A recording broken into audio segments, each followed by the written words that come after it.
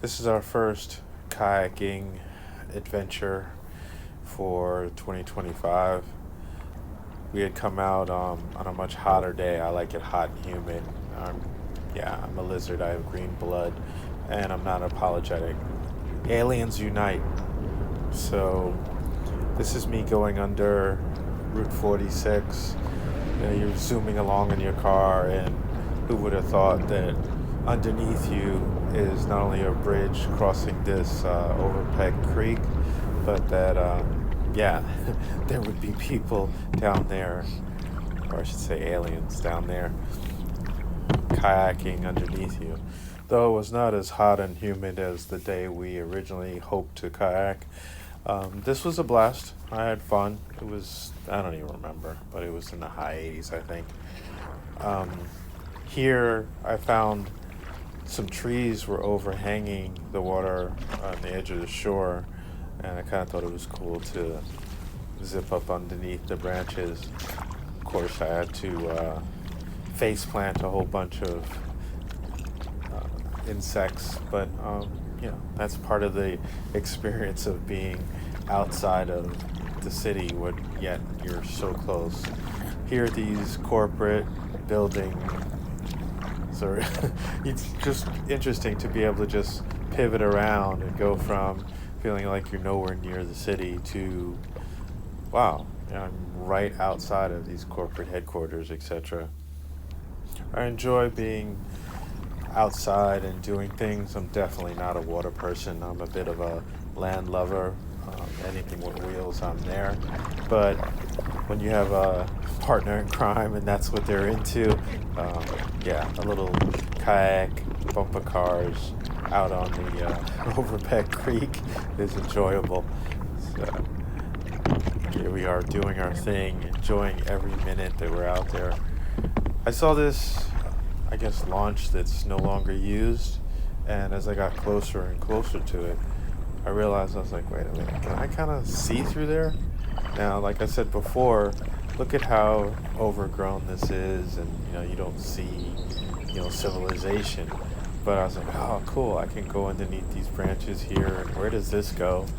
And off to your left, you can see I've actually kind of pulled up close to, I guess, one of those office buildings that I was seeing off in the distance, I think. But then, not only is it, I guess because it rained, this is maybe a bit higher than usual, but it's still very shallow, so I didn't want to get, like, stuck and high centered or whatever.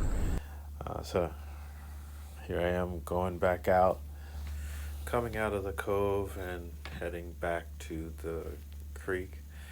It's surprising how wide and large this is for our 30 bucks for the 2 hours investment. Definitely got a lot of exercise in. We never really stopped for the 2 hours, and I'm pleased to say, and you can go to my Strava, I've broken my PB, and I think we got 4 miles in that 2 hours. On the way out, going towards 46, oh man, I don't know if it was the wind or a slight current, but I was busting my hump trying to get out there, and it wasn't. It was hard. Let's just say it was challenging.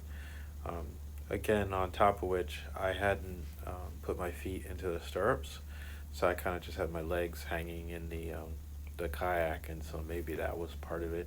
Like, this is my first time back on them from last year, so we were running a little bit behind time, and I just wanted to get out there and get going. A typical ground mindset.